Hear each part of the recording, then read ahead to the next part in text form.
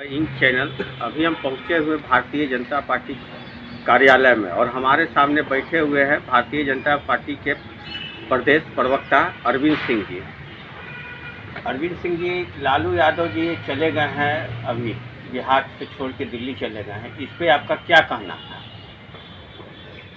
Vote मांगने के पहले किसी राष्ट्रीय दल के प्रभारी को भक्सोनहर बना रहे थे, उसी के साथ बिहार के जनता को भी भक्सोनहर बना रहे थे। अब बिहार की जनता जब उनको भक्सोनहर बना दिया तो लाज बचाने के लिए वो दिल्ली चले गए। दिल्ली चले गए या दूसरा और भी कोई कारण हो सकता है कि अपने पार्टी को कुछ वहाँ विस्तार के नीति अपनाने के लिए गए हों या फिर कुछ पार्टी को मजबूत करने के लिए वहाँ गए हों?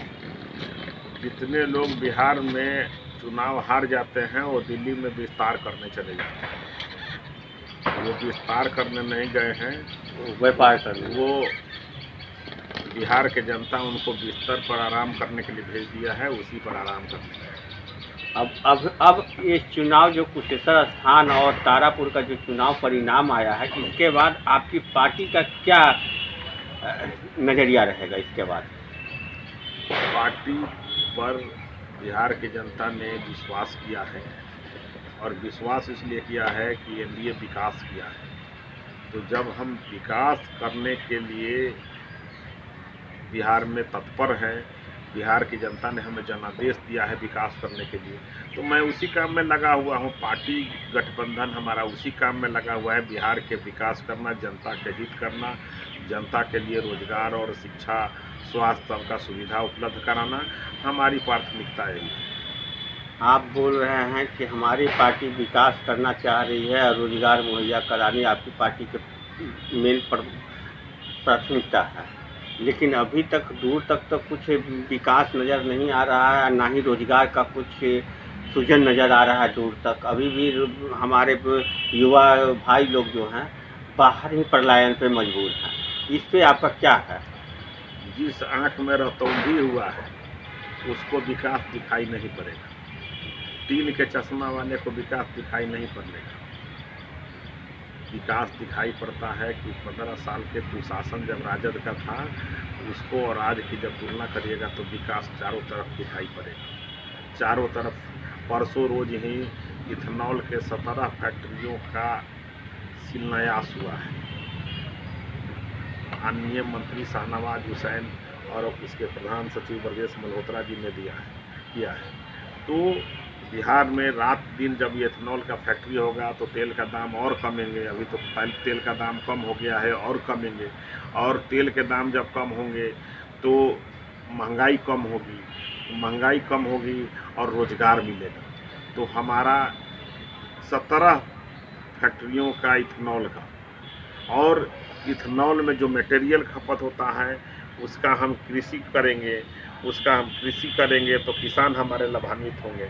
इस तरह से हम विकास के मार्ग पर रात दिन तत्पर हैं। माननीय प्रधानमंत्री जी चंपारण आए थे, उस समय वो बोले थे अपने भाषण के दौरान कि हम बिहार में जितनी भी चीनी मिल है बंद पड़ी हुई है उसको चालू करा देंगे।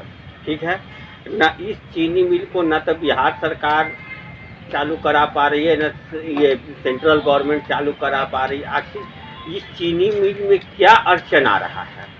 कोई अड़चन नहीं आ रहा है। सरकार जो है रात दिन प्रयासरत है।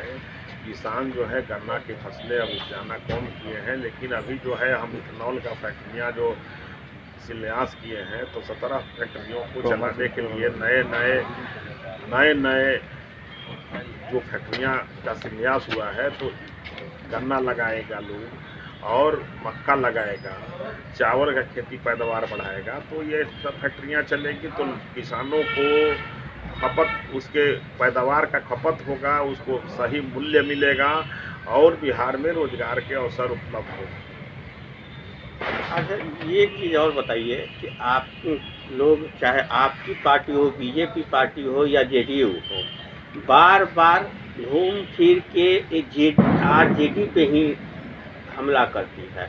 चाहे वो विकास का मुद्दा हो या अपराध का मुद्दा हो या किसी भी तरह का जो भी मुद्दा हो, आरजेडी पे ही दोषारोपण देती है। लेकिन ऐसा तो नहीं है आज भी देखिए शराब का जो माफिया, अभी भी शराब सुबह धारबंदी है शराब का, फिर भी धड़ल्ले से शराब का माफिया का काम हो रहा है। अपराध बेशुमार बढ़ा हुआ है जेडीयू गवर्नमेंट में भी, और इस पे आपका क्या कहना है? अपराध में क्या बढ़ा हुआ है, थोड़ा हमको आप बता दीजिए। अपराध में चैन छीनना, रोड पे किसी को पॉकेट मारना, या फिर बहुत तरह के निर्मम हत्या होना। हाल फिलहाल में बेतिया में एक पत्रकार को नृशंस हत्या कर दिया गया था। उस पर हम लोगों ने भी बीच में माननीय डिप्टी सीएम रेणु जी से भी बात किए थे, तो रेणु जी बोली थी कि हम इस पे संज्ञान लेंगे। हत्या जो है वो अपराध की दूसरे श्रेणी में आती है, और चैन छीनना जो है वो बहुत कम हो गया है, बहुत कम, रेयर। और हत्या जो है वो प्रतिशोध के भावना से लोग करते हैं, उसको रोका नहीं, जब बंद नहीं किया जा सकता है, उस पर नियंत्रण हो सकता है। ये शराब उसको नियंत्रण हुआ है। और जहाँ तक बात है आप शराबबंदी का, तो सरकार कानून बनाया है, जो गलत शराब पीते हैं उनको सजा देती है, जो शराब बेचते हैं उनको सजा देती है। लेकिन इसका मतलब नहीं कि कोई जहरीली शराब पी करके मर रहे हैं या कोई जहरीली शराब बेच रहा है, इसके चलते हम कानून ही हटा दें। नहीं, उसमें और कड़ाई की आवश्यकता है, और जो दोषी हैं उस पर और कार्रवाई की ज़रूरत है, और उस पर हम और कार्रवाई करेंगे, वो बचेंगे नहीं। वो जो भी दोषी होंगे वो सब जेल जाएंगे। इस सरकार में दूध का दूध और पानी का पानी होता है, ना किसी को हम फंसाते हैं और ना किसी को बचाते हैं। जो भी अपराध करते हैं, अपराध तो कर लेते हैं लेकिन वो बचते नहीं हैं, उनको जेल जाना पड़ता है, उसकी सज़ा उनको भुगतनी पड़ती है। और राजद के शासन में अपराधी मुख्यमंत्री आवास में मिलते थे, और वो जो हैं सज़ा नहीं, उसको मज़ा आता था। ये अंतर है दोनों में। सरकार जो है अपने मनोबल से अपराधियों पर नियंत्रण रखे हुए है, उस पर अंकुश लगा है, और अपराध बिहार में आज नगण्य हो चुकी है, ना के बराबर है पहले की अपेक्षा। तो आपने सुना अरविंद सिंह जी से अपराध के बारे में, वो बोल रहे हैं कि बिहार में अपराध नग्न हो, यह एकदम नहीं के बराबर है। खैर, वो सब मुद्दा अलग बात है। अब देख, आने वाला समय ही बताएगा कि अपराध कितना कम हुआ है, क्या कम हुआ है। लेकिन अंत में हम अरविंद सिंह जी से एक और सवाल पूछते हुए यहीं पर विराम करेंगे।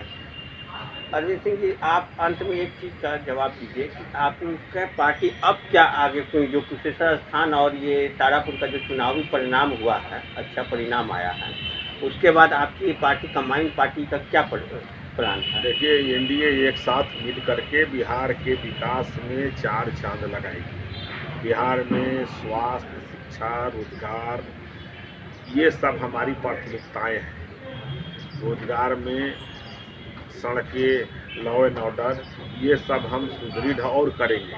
और जो अभी काम हुआ